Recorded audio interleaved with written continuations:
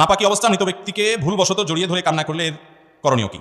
ভাই, নাপাক অবস্থায় মৃত ব্যক্তিকে, নিজের বাবা মা কেউ মারা গেছেন, শরীর নাপাকি অবস্থায় জড়িয়ে ধরে যদি কান্না করেন কোনো গুনাহ হবে না। এর কারণে কোনো গুনাহ হবে না। তবে এটা ঠিক যে একজন মুসলমান গোসল ফরজ হয়ে গেলে যত দ্রুত তার সাথে সম্ভব গোসল করে ফেলা ভালো। বিশেষ করে পরবর্তী নামাজের আগে তো অবশ্যই তাকে গোসল করতে হবে। কিন্তু অপবিত্র অবস্থায় যদি জড়ায় ধরে মৃত ব্যক্তিকে এবং কান্নাকাটি করে, অসুবিধা নেই। কান্নাকাটি করার সময় যেন সীমা লঙ্ঘন না হয়, জামা কাপড় ছেঁড়াছিড়ি না হয়, হাহুতাশ না হয়, আচার বিচার না হয়, সেগুলো লক্ষ্য রাখতে হবে। কারণ মৃত ব্যক্তির জন্য আমরা কাঁদতে পারি, কিন্তু কাঁদতে কাঁদতে সীমা লঙ্ঘন করা যাবে। অনেক মুরব্বী আছেন, বুড়ি আছেন, বুড়া আছেন, নাতিটা মারা গেছে, ছেলেটা মারা গেছে, তো আক্ষেপ করে দুঃখ করে বলে আজরাইলের চোখ খাইছে আর কাউকে দেখে নাই।